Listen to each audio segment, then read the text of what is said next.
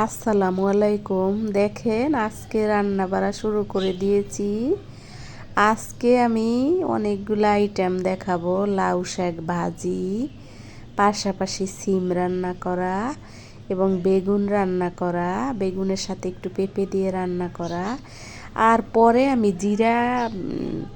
জিরা ধুইয়া টাইলা আমি শুকাইয়া পরে শুকাইছি মানে আমি ইয়াতে করে শুকাইছি, ওটাকে কি বলে, রুটিওয়ালা তাওয়াতে দিয়ে শুকাইয়া আমি সেগুলা বেটে গুঁড়া করে রেখেছি। আজকের ভিডিওতে যা যা থাকবে সব আমি আপনাদেরকে প্রথমেই বলে দিলাম।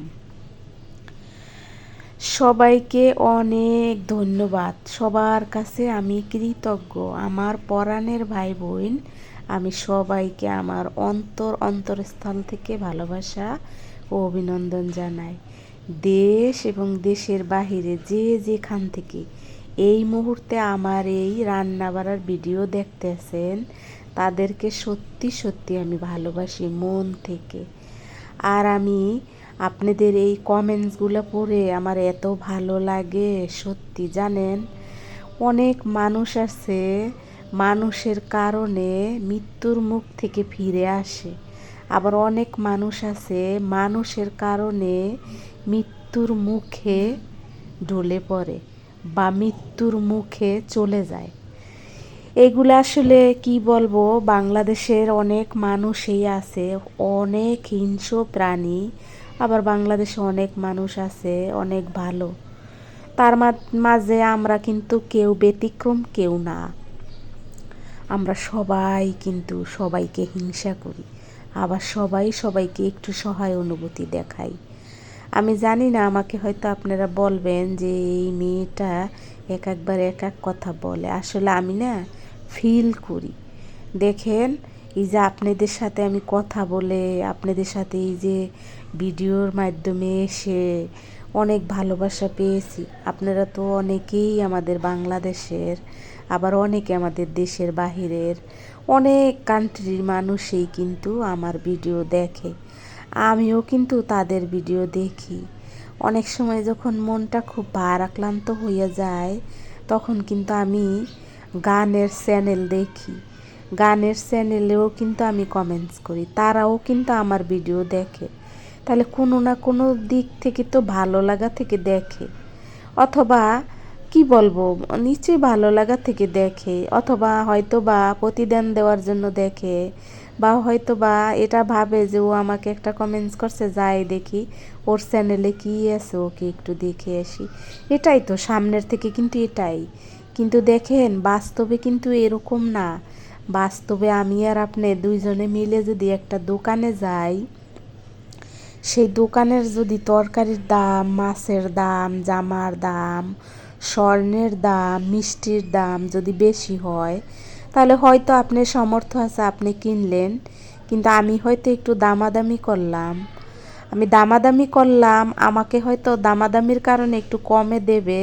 কিন্তু আপনি আমার সামনে দাঁড়িয়ে আছেন, আপনার যে দাম আপনার এত বেশি পছন্দ হয়েছে যে আপনার যে দাম বলছে ওই দাম দিয়ে আপনি নিয়ে যাবেন। এরকম হয় না? এতে কিন্তু আপনি আমাকে একটু হিংসা করে বড়লোকি দেখাইয়ে কিনে নিয়ে গেলেন।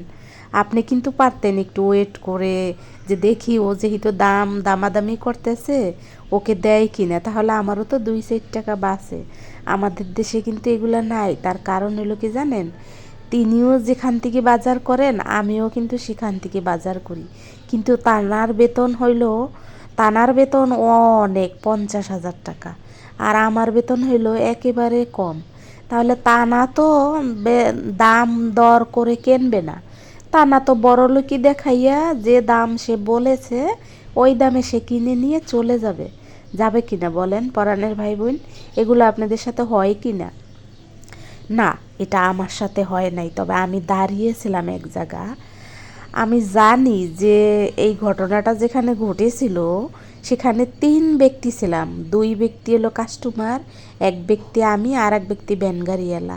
আসসালামু আলাইকুম। আমি আপনাদেরকে এই কথাগুলো কেন বলতেছি, সালাম দিয়ে বলি। এই জন্য বলতেছি যে জানেন, যার 50,000 টাকা বেতন সে কি করলো, তার একেবারেই সময় নাই। ও যে দাম করতে আছে ওর দামটা তার ভালো লাগে নাই, সে দাম দিয়ে নিয়ে চলে গেল। কিন্তু ওই একই জিনিস ওরও কিন্তু খুব ইচ্ছা ছিল নেওয়ার, কারণ তার জন্য কিন্তু নিতে পারলো না। যে ব্যক্তির 50,000 টাকা বেতন তার জন্য নিতে পারলো না। একই প্রতিষ্ঠানে কিন্তু তারা চাকরি করে, বুঝতে পারছেন? তাহলে এই হলো আমাদের বাংলাদেশের মানুষের নীতি, মানুষের মনেরই। সে কিন্তু দুইজনরে কিন্তু সালাম দিছে, দুইজনরে সালাম দিয়ে কিন্তু জিনিসটা ইয়ে করতেছে। সে 50,000 টাকা বেতন পায়, ও দাম দর করতেছে একই জিনিস, একই ইয়া, হে নিয়ে গেল আর ও দাঁড়িয়ে থাকলো, কিন্তু আগে ও দাম দর করতেছে। সে একটু ওয়েট করলো না, ওয়েট করলে কিন্তু ওকে একটু টাকা কমাই দিত, পরে ও নিল না। তখন ও বলল যে দেখছিস, আমরা একই জায়গায় চাকরি করি, তার বেতন বেশি দেখে সে মালটা নিতে পারলো, আর আমার বেতন কম দেখে আমি কিন্তু নিতে পারলাম না। আর একই জায়গা থেকে কিন্তু জিনিসগুলো আমরা কিনি। তাহলে বাংলাদেশে বৈষম্য দূর কিভাবে করবেন আপনি? কিভাবে আপনি বৈষম্য দূর করবেন আমি এটা জানতে চাই। আমি আপনাদের মাধ্যমে এটা জানতে চাই, পরাণের ভাই বোন, আপনারা আমার এই বৈষম্য দূর। এই যে 3 ব্যক্তি আমরা ওখানে ছিলাম, যার 50,000 টাকা বেতন সে যেখান থেকে কিনলো, আর যার কম টাকা বেতন সেও ওইখান থেকেই কিনবে। 50,000 টাকা বেতন যার, সে কিনে নিয়ে গেল, আর যার কম টাকা বেতন সে ওখানে দাঁড়িয়ে দাম দর করতেছিল, তার কারণে কিনতে পারলো না, সে এসে হুট করে কিনে নিয়ে গেল। তার মানে এই নয় যে জিনিস ছিল না, জিনিস কিন্তু ছিল, কিন্তু টাকা ছিল না। 50,000 টাকা বেতনের ব্যক্তি কিনতে পারলো, আর যার টাকা কম সে কিনতে পারলো না।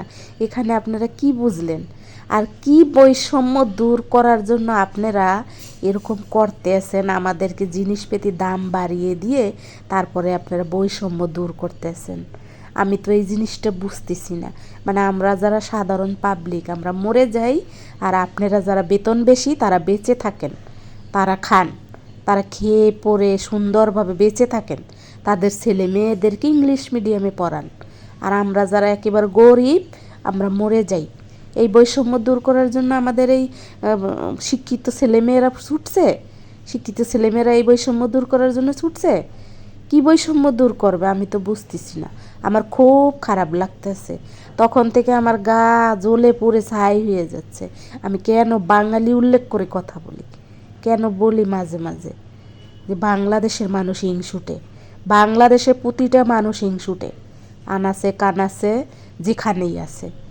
আর এই কারণেই কিন্তু যারা সাধারণ পাবলিক, যারা একদম সাধারণ মানুষ, তারাও হিংস্র প্রাণী হয়ে যাচ্ছে। এই কারণেই কিন্তু খুন খারাপ এগুলো বেড়ে যাচ্ছে। আমি জানি না আপনাদের কেমন লাগবে, কিন্তু আমি কথাগুলো না বলে পারলাম না। এর পাশে দেখেন আমার রান্না বাড়া কিন্তু একেবারে শেষের দিকে চলে আসছে। আমি কি বলবো আপনাদেরকে জানেন, আমার এত খারাপ লাগছে। আমার যদি টাকা থাকতো তাহলে ওকে আমি টাকা দিতাম যে নে তুই ওকে নিয়ে যা। আমি ওখানে এমনি দাঁড়িয়েছিলাম, একটা রিক্সার জন্য দাঁড়িয়েছিলাম। আমি রিক্সার জন্য দাঁড়িয়ে থেকে ঘটনাটা দেখলাম। আমরা 3 জনেই কিন্তু একই জায়গায় চাকরি করি, কিন্তু তার বেতন বেশি, ওর ওর বেতন কম, তাই তো ও নিতে পারলো না। কিন্তু একটু যদি ওয়েট করতো তাহলে কিন্তু ও দামটা কমাইতো, একটু হইলো দামটা কমতো, দামটা কমলে কিন্তু ও নিতে পারতো, আর তারও কিন্তু টাকা সাশ্রয় হইতো। কিন্তু তার তো টাকা সাশ্রয়ের দরকার ছিল না, তার তো টাকায় নিলে তার অসুবিধা নেই, তার কারণ তার যে বেতন তাতে খেয়ে পরে সে ইংলিশ মিডিয়ামে তার ছেলে মেয়ের পড়াইতে পারবে, কিন্তু ও তো পারবে না। আমি কথাটা আপনাদের বললাম, আমি যেগুলো আপনাদেরকে বলি একদম বাস্তব দেখে শুনে বলি। আপনারা হয়তো ভাবতে পারেন যে আপনি খালি এগুলোর সম্মুখীন হন না, আপনারা আসলে হাই সোসাইটিতে থাকেন, কিভাবে বুঝবেন? আমরা যে সোসাইটিতে থাকি আমরা অনেকটাই বুঝি। তার মানে এই নয় যে আমরা হাই সোসাইটিতে ঘুরি না, হাই সোসাইটিতে বিলং করি না, এরকম কিন্তু না। কাউরে ছোট করে দেখার মতো ক্ষমতা আমার নাই। আমি সবাইকে আমার রেসপেক্টের জায়গায় দেখি, সবাইকে আমি রেসপেক্ট করি, সবাইকে আমি ভালোবাসি। যেমন আপনাদেরকে কিন্তু আমি অনেক ভালোবাসি, কারণ আপনারা যে ভালোবাসাটা আমাকে দিচ্ছেন এটা নিঃস্বার্থ। আপনার ইচ্ছা, আপনি আমাকে দেখলে দেখলেন, না দেখলে না দেখলেন। এরপরে দেখেন আমি জিরাগুলা কিভাবে কি করেছিলাম।